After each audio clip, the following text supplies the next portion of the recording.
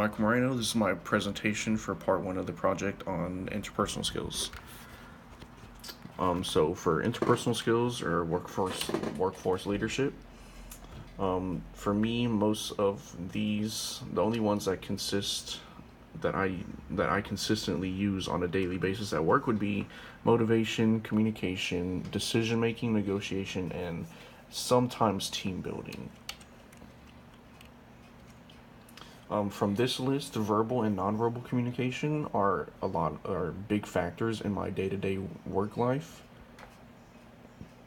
Verbally and nonverbal, I deal with customers all day, so you have to be able to communicate with them, not just with your words, but with facial expressions, because people do pick up on that kind of stuff.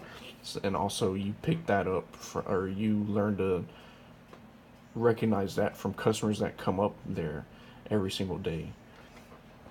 And then also with problem solving and decision making, there's always some kind of problem or something that needs to get done.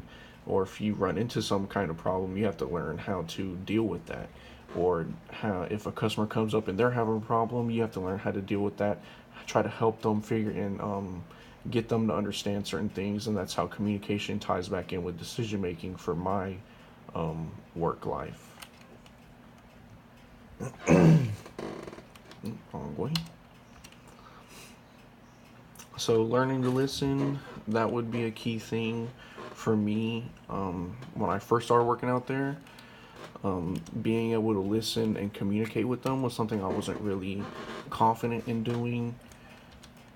I didn't really like to talk with people. I didn't know how to greet people properly because I just would avoid doing stuff that requires me to interact with other people. Communication, conflict management, motivation, leadership. And team building for us, it'd be more motivation and leadership.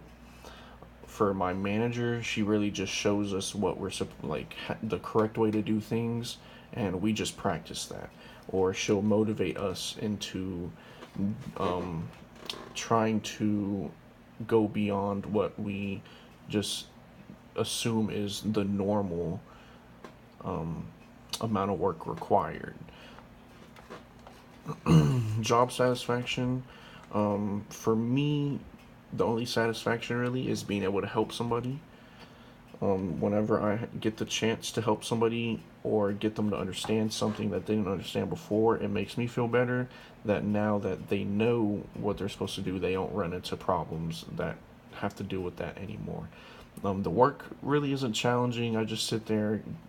People buy cigarettes because I work at the fuel center for Kroger.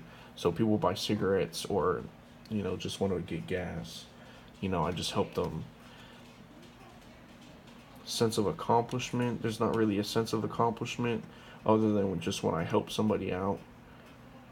Rewards and recognition, we don't really get rewards or recognition. I mean, you get a lot of the same people all the time, so they start to learn who you are, and they strike up conversations all the time, and that ties into communication, verbal and nonverbal. You deal with that every single day. People come up, you could get the same person that comes up. I usually get the same people every day or every couple days that I work, and they've learned who I am by now, so they're always striking up a conversation. And sometimes they can come up and they could be in a bad mood, and just being nice to them will help them out. They'll make them feel just a little bit better. So that's how communication really plays a big part in work. Whether it's you're in a job where you deal with customers, or you're in a job where you deal with other employees and managers on a day-to-day basis. Decision making, for us, it would either be consultation or command. Command really, I wouldn't say is a bad way to make decisions out there. It's either we do So like if there's a problem with the pump, we either just log a call for it and the company will send someone out, or it's something that we can go out and do and the only thing that we can really do is fixing receipt paper, which isn't a lot. But consultation, there's sometimes where you have to call inside the store to talk to a manager to get their opinion on what needs to get done. As in, like, if there's a refund that you have to do and the system won't let you do it,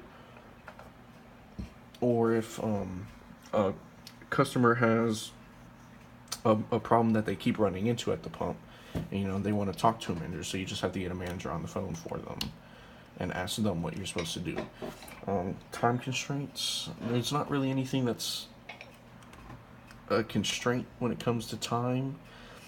We can really just take it at our own pace, because since we're the only person out, since there's really only one person out there at a time, you really have to be able to balance going out and fixing the receipt paper, or going out and stocking, and taking care of customers and helping them. So when it comes to time constraints, there's not really a lot of time constraints. Trust, the managers trust us to do what we're supposed to do while we're there.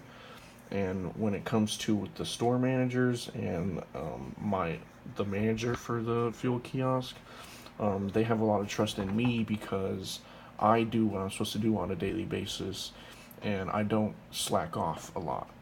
I get what I'm supposed to do, I get it done, and then if there's nothing else for me to do, then yeah, I'll sit there and do nothing for the rest of the day, because everything I need to do is already done. As in, when they're the other two employees that work out there, they run into a lot of problems because they don't do what they're supposed to do.